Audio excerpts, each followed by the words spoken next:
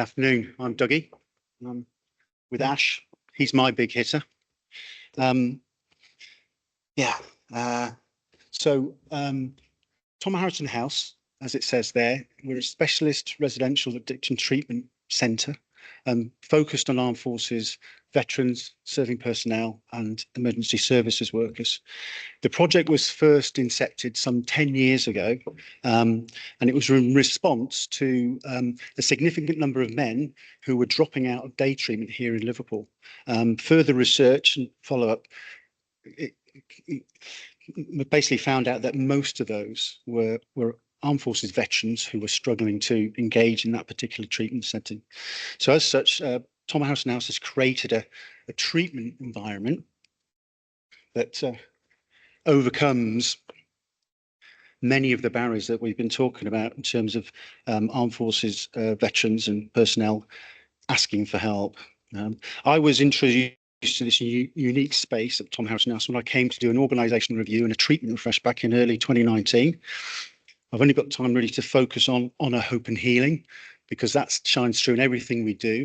And I recall a particular consultation we did with all our stakeholders, our beneficiaries in treatment, our graduates, our staff, our volunteers, our trustees. And we'd spent about an hour trying to clarify our mission statement. And then I'll never forget it. Basically, a chap, a veteran who'd been in treatment, just come out of treatment, graduated, just piped up and said, "Dougie, we're veterans healing through honour and hope." And it's as simple as that.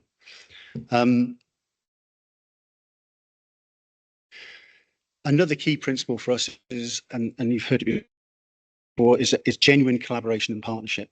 We cannot do this work alone. Especially if we want to create robust, fully funded treatment pathways for our armed forces community. It's fantastic to see so many colleagues here from across our sector. I want to say a special thanks to the VCHA, who make collaboration and partnership a whole lot easier. I need to mention, of course, our colleagues at NHS, Op Courage, and a special shout out to our partners in Op Courage Midlands, because we're doing some fantastic collaborative work there. I'm delighted to be joined by one of our many programme graduates, and Ash is going to give you a personal account of his journey into recovery and his experience of treatment. Briefly, my three penneth. I believe that we've created a bespoke offer that is best, is that using the best evidence-based care, support, therapy, and education. And at its heart is our personal assignment work, again grounded in those principles of honour, hope, and healing. And alongside that, the glue is interpersonal group therapy, and pretty much everything we do in treatment is interpersonal.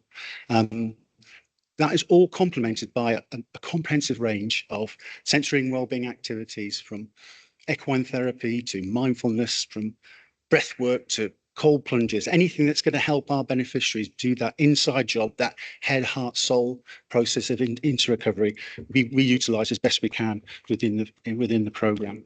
And anyway, enough from me. So I really want you to hear from the horse's mouth about what that journey is like. So can you give Yash a warm welcome? He's probably less nervous than I am, Bob.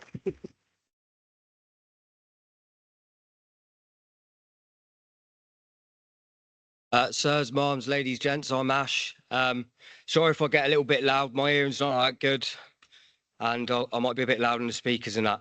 What I want to talk to you about today is just a brief sort of description of my journey from the military through addiction and then into recovery, which I'm still on that path now.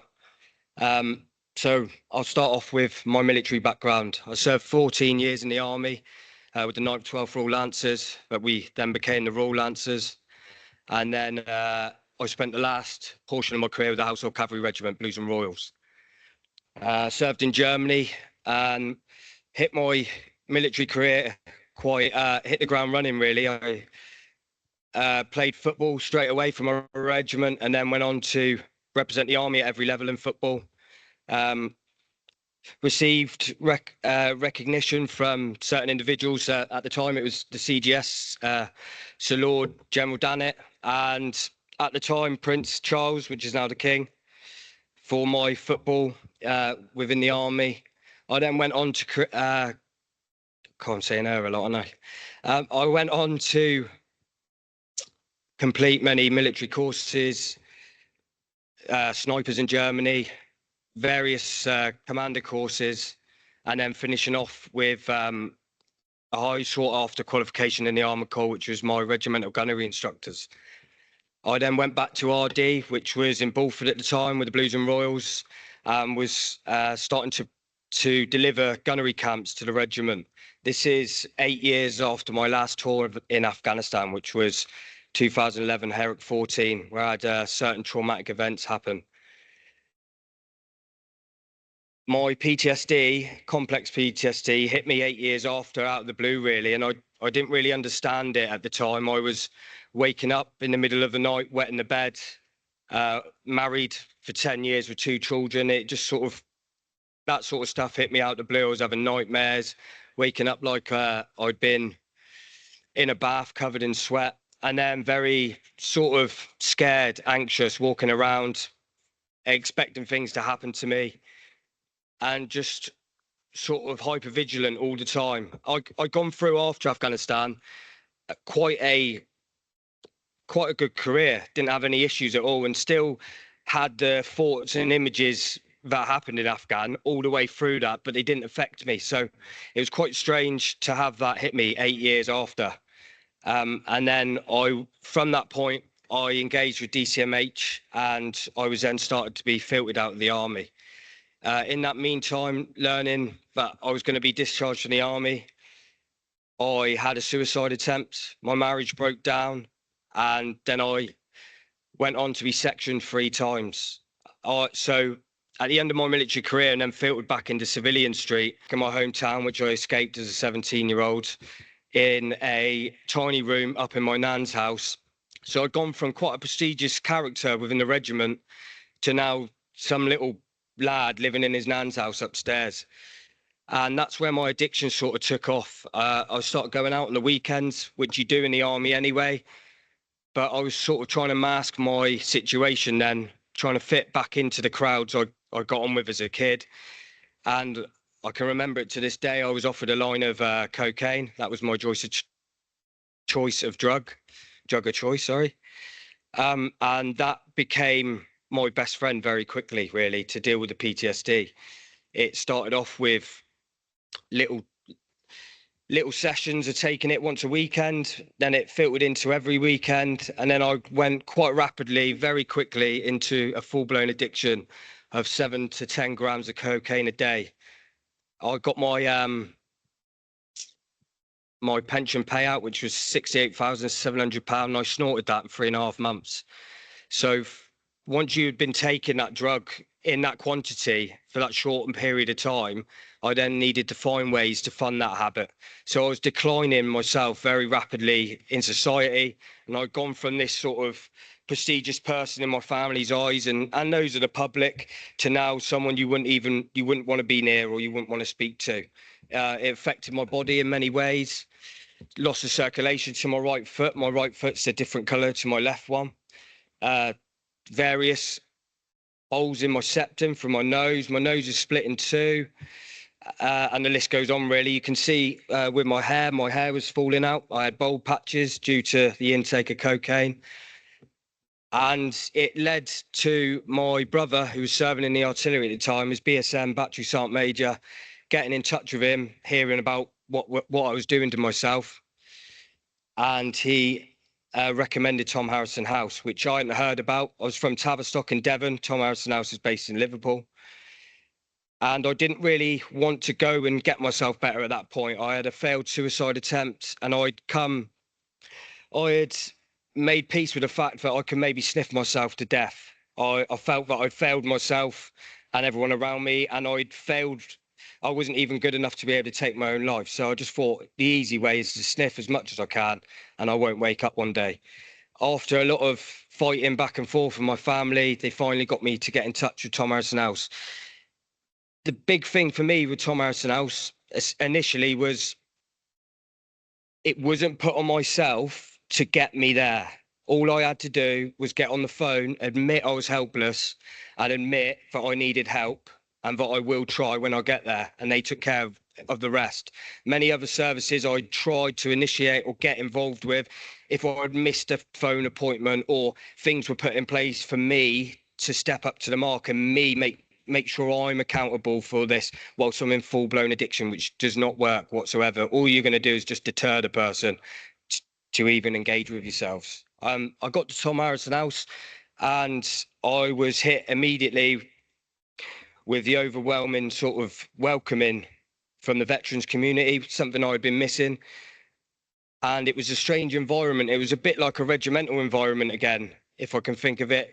We had times we had to be up and start engaging the programme, and everyone sort of mucked in with each other. I won't name names, but I will talk about someone who I was in treatment with. He was a W2, which I didn't know he was there at the time, serving in the regiment I served in. And I come across him. He was the first person I met as I walked through the doors. And that really opened me up through my recovery journey, really. I was sat in talking therapies and groups with all of each other, and I was quite closed up for the first week and a half. But seeing that person I used to brace up to on camp across from me in the room, crying and letting everything out, it really opened me up and allowed me to start not being frightened about just talking about what was bothering me, really. And the state I was in, I didn't really know what was bothering me either, because I'd done that much damage to myself. I came into Tom Harrison House weighing 8.5 stone, holes in my head. I know it's coming back white now. I didn't do this on purpose. And yeah, I wasn't in a fit state. So moving through the programme, there's many things that stuck out for me. Equine therapy, you wouldn't get me going. I know I served in the household cavalry, but you wouldn't get me going 10 metres within a horse's distance. By the end, I was spinning my horse around doing 360s. Working closely with Derry Matthews at the gym, ex-professional boxer, brilliant person, provides a fitness regime for once a week for the clients to go down and engage in. What else do we get on to? We do yoga, mindfulness, and extracurricular activities like retreats and stuff up the lakes where you can really go through and engage in big processes. Where am I at now?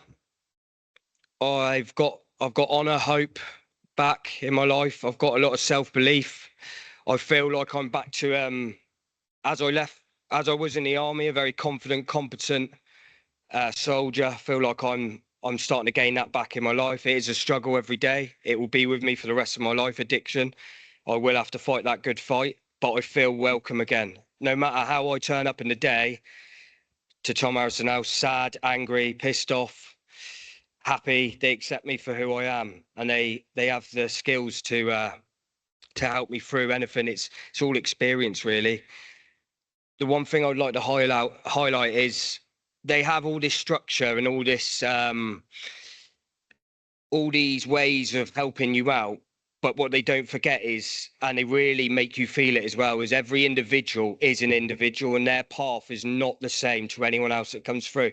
They might take bits off my journey and try and fit it onto another one, and if it works, happy days, and you just sort of build it up as you go along. But it's very much a one-to-one basis in that regard, and the therapists are absolutely amazing.